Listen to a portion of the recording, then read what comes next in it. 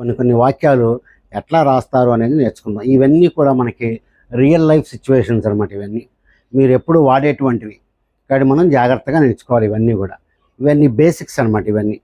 కాబట్టి ఇలాంటి చోట మనం తప్పులు చేసే అవకాశం ఉండకూడదు ఎప్పుడు కూడా. జాగ్రత్తగా చూడండి. ఏమంటున్నాడు, నేను ఒకటి రాశాను తెలుగులో, అతడు ఒక పుస్తకం కొన్నాడు అనేటువంటి మాట నుంచి మనకి 10 రకాల మాటలు వచ్చేసినాయి. ఇది మీరు బాగా ప్రాక్టీస్ చేసుకోవాలి. చూడండి, అతడు ఒక పుస్తకం కొన్నాడు, మామూలు సెంటెన్స్. అతడు ఒక పుస్తకం కొన్నాడు అని అంటే, కొన్నాడు అంటే ఏ టెన్స్లో ఉందండి? పాస్ట్ టెన్స్లో ఉంది. జరిగిపోయింది కాబట్టి పాస్ట్ టెన్స్లో ఉంది. కాబట్టి ఏం రాస్తాను నేను? హీ బాట్, కొనేశాడు అని. Buy bought. He bought a book. అంతే. He bought a book. Verb అనేది నేను పాస్ట్ టెన్స్లో పెట్టాను. వెర్బ్ అనేది ఇక్కడ నేను పాస్ట్ టెన్స్లో పెట్టాను, ఎందుకంటే పని జరిగిపోయింది కాబట్టి. He bought a book. అతను ఒక పుస్తకం కొన్నాడు. ఇప్పుడు ఈ పుస్తకం కొన్నాడు అనే దాని మీద మనం అటు తిప్పి ఇటు తిప్పి మొత్తం 10 క్వశ్చన్స్ తయారు చేసాం మనం.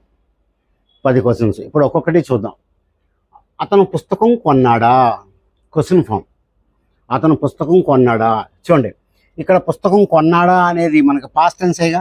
కొన్నాడా అని చెప్పి అడుగుతున్నాడు కదా, కాబట్టి ఇది పాస్ట్ టెన్స్ కాబట్టి మనకి డిడ్ రావాలి ఇక్కడ. చూడండి, did he buy the book.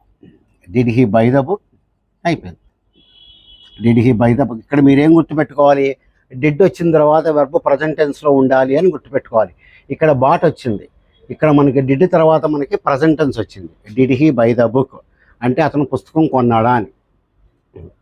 అతను పుస్తకం కొనలేదు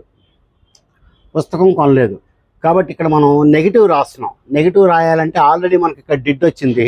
డిడ్ పక్కన నాట్ పెట్టండి. He did not by the book. అతను పుస్తకం కొనలేదు. He did not by the book. అతను పుస్తకం కొనలేదు అని చెప్పి మనం ఇక్కడ అర్థం చేసుకుంటాం. రైట్. చూడండి, అతను పుస్తకం కొనలేదా అని చెప్పి అడుగుతున్నాం.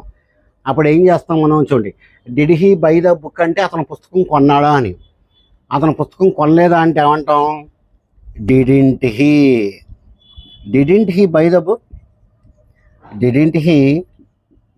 బుక్. అతను పుస్తకం కొనలేదా? చూడండి, ఇవన్నీ కూడా ఒకే ఒక మాట నుంచి వస్తున్నాయి. ఇవన్నీ కూడా మీరు గమనిస్తూ ఉండాలి. ఇవన్నీ కూడా అన్నీ కూడా ఒకే దాని నుంచి మనం క్వశ్చన్స్ అన్నీ రాసాం. కాబట్టి అతను పుస్తకం కొనలేదా అంటే didn't he buy the book. అది. అతడు పుస్తకం కొనలేదా? అతను పుస్తకం కొనాలంటే ఇక్కడ చూడండి, అతడు ఒక పుస్తకం కొన్నాడు కాబట్టి హీ బాట్ ఏ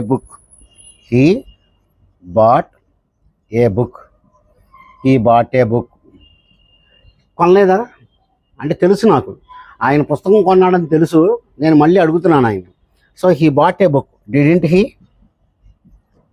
హీ ఆయన పుస్తకం కొనలేదా? He bought a book. Didn't he అతను పుస్తకం కొనలేదా? డిడింట్ హీ అని చెప్పి రాసాం. అన్ని చోట్ల మనకి చూడండి, నెగిటివ్ పెట్టేటప్పుడు డిడ్ వస్తుంది, క్వశ్చన్ మార్క్ రాసేటప్పుడు డిడ్ వస్తుంది. మీరు ఇది బాగా గుర్తుపెట్టుకోవాలి. ఇక్కడ డిడ్ అనేది మీరు ఇక్కడ కరెక్ట్గా గెస్ చేయాలి. పాస్ట్ టెన్స్ కాబట్టి డిడ్ వచ్చింది అని. అన్ని చోట్ల మనకి క్వశ్చన్స్ రాసేటప్పుడు డిడ్ రాస్తాం, నెగిటివ్ రాసేటప్పుడు డిడ్ కూడా మనం ఇక్కడ రాసుకుంటాం.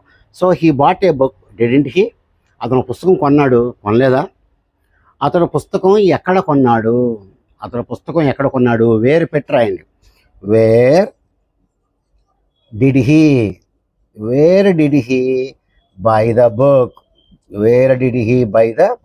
అన్ని చోట్ల మీకు ఇంకా మీకు ఏం చేస్తుందంటే అన్ని చోట్ల మీకు వచ్చేసి డిడ్ అనేదే వచ్చేస్తుందండి. ఇంకా అన్ని చోట్ల మీకు డిడ్ అనేటువంటి మాటే మీకు వచ్చేస్తూ ఉంటుంది. ఎందుకంటే పాస్ట్ టెన్స్ కాబట్టి అన్ని చోట్ల మనకి ఇది పాస్ట్ టెన్స్ కాబట్టి. So where did he buy the book అని చెప్పి అడుగుతాం. Wear did he buy the book. అతను పుస్తకం ఎక్కడ కొన్నాడు? ఇక్కడ చూడండి, వేరు, వెన్ను, వాటు, వై వచ్చినప్పుడు పక్కన మనకి మళ్ళీ డిడ్ వచ్చింది ఇక్కడ. రైట్. అతడు పుస్తకం ఎప్పుడు కొన్నాడు? When did he buy the book. అతను ఆ పుస్తకం ఎప్పుడు కొన్నాడు. చూడండి, డిడ్ రాగానే మళ్ళీ బై అని చెప్పే వచ్చింది. డిడ్ రాగానే మళ్ళీ మనం ఇక్కడ జస్ట్ చూడండి, మనం ఈ వేరు మాత్రమే మారుస్తున్నాం, ఆ వర్డ్ మాత్రం పెడుతున్నాం, మిగతా అంతా కూడా స్ట్రక్చర్ ఇదే. చూసుకోండి, did he buy the book, wear did he buy the book, when did he buy the book. అతను పుస్తకం ఎప్పుడు కొన్నాడు, అతడు పుస్తకం ఎందుకు కొన్నాడు, వై పెట్టండి. Why did he buy the book, why did he buy the book, why did he buy the book. కాబట్టి మీరు ఎప్పుడైతే ఒక పుస్తకం పాస్ట్ టెన్స్లో ఉందో మీకు అన్నిటికీ మీకు ఎప్పుడు కనపడే వర్డ్ ఏంటి అంటే డిడ్. మీకు అన్ని చోట్ల వచ్చేటువంటి వర్డ్ డిడ్ అనమాట. అదే వెర్బ్కి ఎస్ ఫామ్ ఉందనుకోండి, అప్పుడు మీరు డజ్ వాడుకునేవాళ్ళు. వెర్బ్కి ఎస్ ఫామ్ ఉంటే మీరు డజ్ వాడుకునేవాళ్ళు. రైట్. అతడు పుస్తకం ఎట్లా కొన్నాడు అంటే, ఎట్లా కొన్నాడు అంటే డబ్బులు ఇచ్చి కొన్నాడా, అప్పులు తీసుకొని కొన్నాడా, అక్కడ దాకా వెళ్ళి కొన్నాడా అని చెప్పి అడుగుతున్నాం. అతడు పుస్తకం ఎట్లా కొన్నాడు, how did he buy the book, how did he buy the book. పుస్తకం ఎట్లా కొన్నాడు, how did he buy the book. పుస్తకం ఎవరు కొన్నారు, పుస్తకం ఎవరు కొన్నారు, ఎవరు, who bought the book, who bought the book, who bought the book. పుస్తకం ఎవరు కొన్నారు, who bought the book.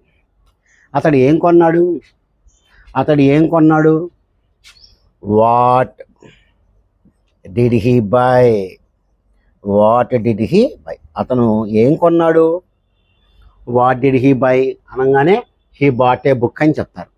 What did he by. కాబట్టి చూసారా, ఒక చిన్న వాక్యం నుంచి మనకి 10 రకాల క్వశ్చన్స్ మనం తయారు చేయగలిగాం.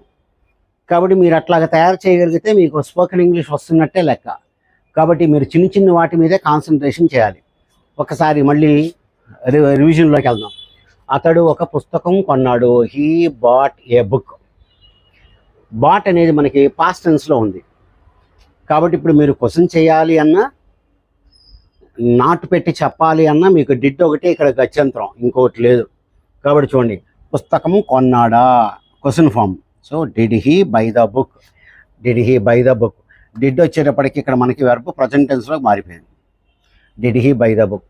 అతను పుస్తకం కొనలేదు, నెగిటివ్లో చెప్పాలి. నెగిటివ్ చెప్పాలంటే మళ్ళీ మనకి డిడ్డే రావాలి. So he did not by. Did వచ్చింది కాబట్టి మళ్ళీ ఇక్కడ మనకి బై అనేది వచ్చింది. అతను పుస్తకం కొనలేదా వెళ్ళలేదా అంటానికి డిడెంట్ అంటాం. So didn't he buy the book, didn't he buy the book, మళ్ళీ డిడ్ వచ్చింది, ఇక్కడ మనకి బై అనేదే వచ్చింది. Didn't he buy the book. అతను పుస్తకం కొనలేదా తెలిసి అడుగుతున్నారు. హీ బాట్ ద బుక్, లేకపోతే he bought a book. Didn't he, అతను పుస్తకం కొనలేదా. అతడు పుస్తకం ఎక్కడ కొన్నాడు, ఎక్కడ అనే వర్డ్ వచ్చింది కాబట్టి మనం ఇంగ్లీష్లో రాసినప్పుడు ఫస్ట్ అది రాసుకోవాలి. ఎక్కడ, ఎప్పుడు, ఏమిటి, ఎందుకు, ఎట్లాగా అన్నవి ఫస్ట్ రాసుకోవాలి. సో ఎక్కడ, వేర్ తర్వాత చూడండి ఈ స్ట్రక్చర్ మొత్తం రాసేయండి ఇక్కడ. Wear did he buy the book, wear did he buy the. అంటే మీరు ఏం అబ్జర్వ్ చేశారు చూడండి, వేర్ కానీ, వెన్ కానీ, వాట్ కానీ, వై కానీ వచ్చినప్పుడు పక్కన మనం ఆ డిడ్ అనేది పెట్టుకున్నాం అనమాట. డిడ్ అన్ని చోట్ల వస్తుందా అంటే రాదు, ఇది జరిగిపోయింది కాబట్టి డిడ్ వచ్చింది. ప్రజెంట్ టెన్స్ అనుకోండి, ఎస్ ఫామ్ వచ్చింది అనుకోండి, అక్కడ మనం డజ్ రాసేవాళ్ళం. Right. So where did he buy the book. అతడు ఆ పుస్తకం ఎప్పుడు కొన్నాడు, when. So when did he buy the book. అతడు ఆ పుస్తకం ఎందుకు కొన్నాడు, why did he buy the book. అతడు పుస్తకం ఎట్లా కొన్నాడు, హౌ అంటే ఎట్లా, how did he buy the book. పుస్తకం ఎవరు కొన్నారు, ఎవరు, హూ బాట్ ద బుక్. అతడు ఏం కొన్నాడు, what did he by. So ఒక సెంటెన్స్ నుంచి మనం ఇన్ని రకాలుగా మన వాక్యాలన్నీ కూడా మనం రాయటం జరిగిందనమాట. ఈ విధంగా మనం రాయటం జరుగుతుంది. కాబట్టి ఇది మీకు బాగా అలవాటు కావాలి. ఇంగ్లీష్లో మనం అడగాలి అంటే ఎవరినన్నా సరే మనం ఈ విధంగా మనం రాయగలుగుతూ ఉండాలన్నమాట. ఒకసారి దీని మీద ఒక కన్నేయండి బాగా. ఇలాంటి చిన్ని చోట్ల మీరు తప్పులు చేయడానికి కుదరదు. ఇట్లాంటి చిన్ని చోట్ల మీరు తప్పులు చేయడానికి కుదరదు. రైట్. ఓకే. ఇప్పుడు ఇంకోటి తీసుకుందాం, ఇంకో వెర్బ్ తీసుకుందాం. చూడండి, రైట్ రైట్ హీ అతనికి టీ అంటే ఇష్టం. టీ అంటే ఇష్టం. అతనికి టీ అంటే ఇష్టం. అది టీ అంటే ఇష్టం అంటే ఆయనకి ఎప్పుడు ఇష్టమేనండి టీ అంటే. దాన్ని ఎలా రాస్తారు? He likes tea. He likes. అతనికి టీ అంటే ఇష్టం. అతనికి టీ అంటే ఇష్టం అని చెప్పి మనం రాసేసాం.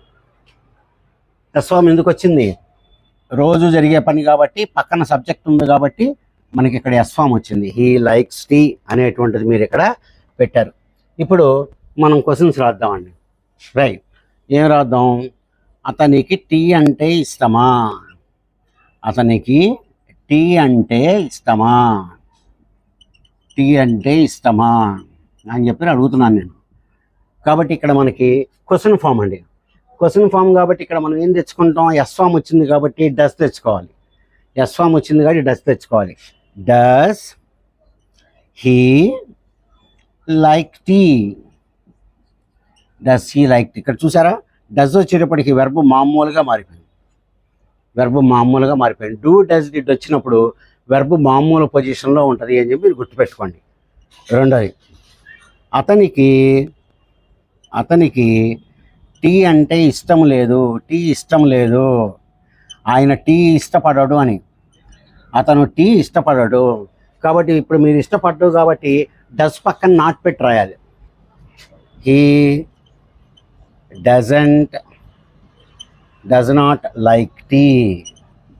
He does not like tea. అతనికి టీ అంటే ఇష్టం లేదు. క్వశ్చన్ మార్క్ ఎందుకండి? ఇక్కడ క్వశ్చన్ మార్క్ ఉండదు. అతనికి టీ అంటే ఇష్టం లేదు. రైట్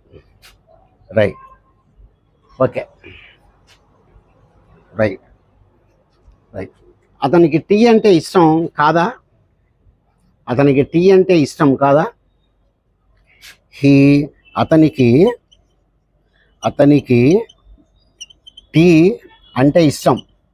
అతనికి టీ ఇష్టం కాదా?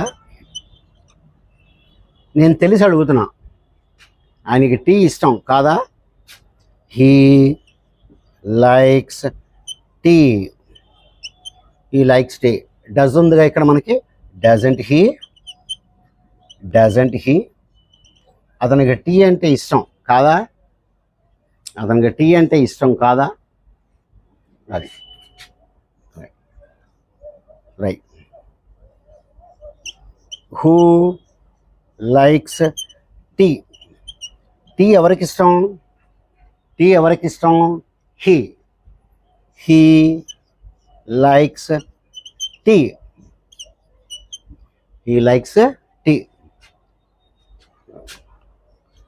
అతనికి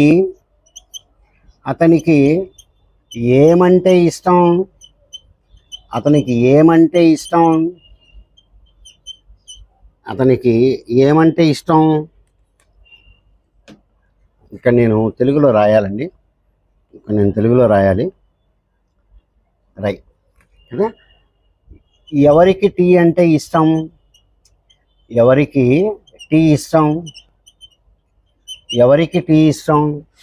హూ లైక్స్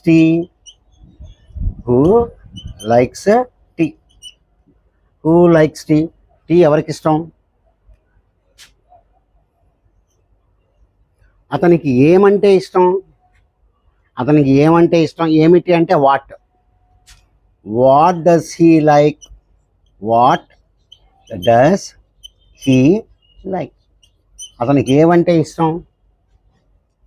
అతనికి ఏమంటే ఇష్టం? అలా. రైట్. అతనికి టీ అంటే ఎందుకు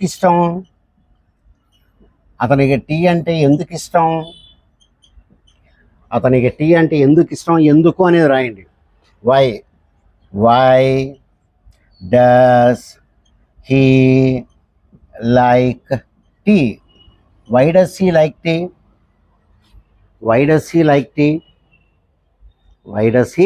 లైక్ టీ? అది. ఇంకోటి కూడా రాయొచ్చు. దీన్నే ఇంకోటి రాయొచ్చు. అతను అతను టీ అంటే అతను టీ అంటే ఎందుకు ఇష్టపడడు? ఎందుకు ఇష్టపడడు? అతను టీ అంటే ఎందుకు ఇష్టపడడు? ఇప్పుడు చూడండి, why doesn't he like tea? Why doesn't he like tea? అతను టీ అంటే ఎందుకు ఇష్టపడడు? అతనికి టీ అంటే ఎందుకు ఇష్టపడడు? చూసారా, ఒక చిన్న క్వశ్చన్ మీద మనం 7 అనేది రాసాం. ఇక్కడ ఈ వెన్నతోటి అంత చక్కగా ఉండవు. వెన్నతోటి తర్వాత వాటితో రాసాం. ఈ హౌ తోటి క్వశ్చన్స్ అంత బాగోవు కాబట్టి మనం రాయలేదు. కాబట్టి ఇక్కడ చూడండి, హీ లైక్స్ టీ. వెర్బ్కి ఎస్ ఫామ్ ఉన్నప్పుడు డస్ రాసుకోవాలి. వెర్బ్కి ఎస్ ఫామ్ ఉన్నప్పుడు మనం ఇక్కడ డస్ రాసుకోవాలి. కాబట్టి చూడండి, అతనికి టీ అంటే ఇష్టం. He likes tea. He likes tea. Likes వచ్చింది కాబట్టి ఇక్కడ మీరు క్వశ్చన్ వర్డ్ ఏం చేసుకోవాలంటే డస్ అనేది రాసుకోవాలి. సో అతనికి టీ అంటే ఇష్టమా? మీరు క్వశ్చన్ చేస్తున్నారు. Does he like tea? Does వచ్చినప్పుడు మామూలుగా ఉంటుంది. డస్ తీసేస్తారనుకోండి, ఎస్ ఫామ్ వచ్చేస్తుంది. Does he like tea? అతనికి టీ ఇష్టం లేదు. He doesn't like tea. అతనికి టీ ఇష్టం కాదా? He likes tea. Doesn't he? ఆయనకి టీ అంటే ఇష్టం కాదా? Doesn't he? అంటే ఒక చోట డస్ వస్తే అన్ని చోట్ల డస్ వచ్చేస్తుంది మనకి. ఇంకా ఇక్కడ మీరు డిడ్ రాయటానికి వీల్లేదు, డూ రాయటానికి వీల్లేదు. ఎవరికి టీ అంటే ఇష్టం? ఎవరికి ఇష్టం టీ? Who likes tea? ఎవరికి ఇష్టం టీ అంటే? అతనికి ఏమంటే ఇష్టం? అతను ఏమంటే ఇష్టపడతాడు? What does he like? What does he like? అతనికి టీ అంటే ఎందుకు ఇష్టం? Why does he like tea? Why does he like tea? ఇక్కడ డిడ్ వస్తుందా? రాదు. అతను టీ అంటే ఎందుకు ఇష్టపడడు? Why doesn't he like tea? Why doesn't he like tea? ఈ విధంగా మనం స్పోకెన్ ఇంగ్లీష్లో ఇట్లాగా ప్రాక్టీస్ చేసుకుంటూ ఉండాలి. ఇవన్నీ మీరు చేయగా మీకు బాగా ప్రాక్టీస్ అయిపోతూ ఉంటుంది అనమాట. ఓకే డియర్ స్టూడెంట్స్, మీకు ఏమన్నా డౌట్లు ఉంటే నాకు చెప్పండి. రైట్, ఈ రోజుకి మళ్ళీ మనం రేపు నెక్స్ట్ వీడియోలో కలుద్దాం. మీరు నా వీడియోస్ కామెంట్లు పెట్టే అందరూ కూడా మీ ఫ్రెండ్స్ అందరికీ షేర్ చేయండి. నేను అందరికీ రాయలేను, ప్లీజ్ షేర్ మై వీడియో అని చెప్పి నేను రాయలేను. కాబట్టి నా కామెంట్లు పెట్టేవాళ్ళు విధిగా మేము షేర్ చేసామని చెప్పి మాత్రం పెట్టను. అదే good day to you all.